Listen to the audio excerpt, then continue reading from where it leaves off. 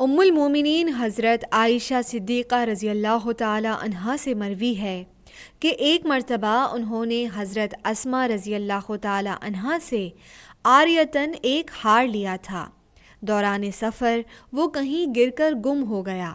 نبی صلی اللہ علیہ وآلہ وسلم نے کچھ لوگوں کو وہ ہار تلاش کرنے کے لیے بھیجا۔ ہار تو انہیں مل گیا، لیکن نماز کا وقت ہو گیا تھا اور لوگوں کے پاس پانی نہیں تھا۔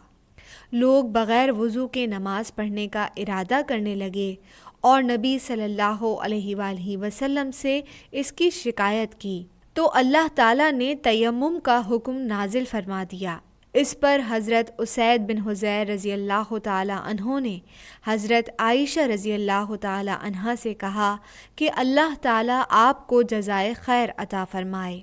واللہ آپ پر جب بھی کوئی مشکل پیش آئی ہے جسے آپ ناگوار سمجھتی ہوں تو اللہ تعالیٰ نے اسی میں آپ کے لیے اور تمام مسلمانوں کے لیے خیر رکھ دیا۔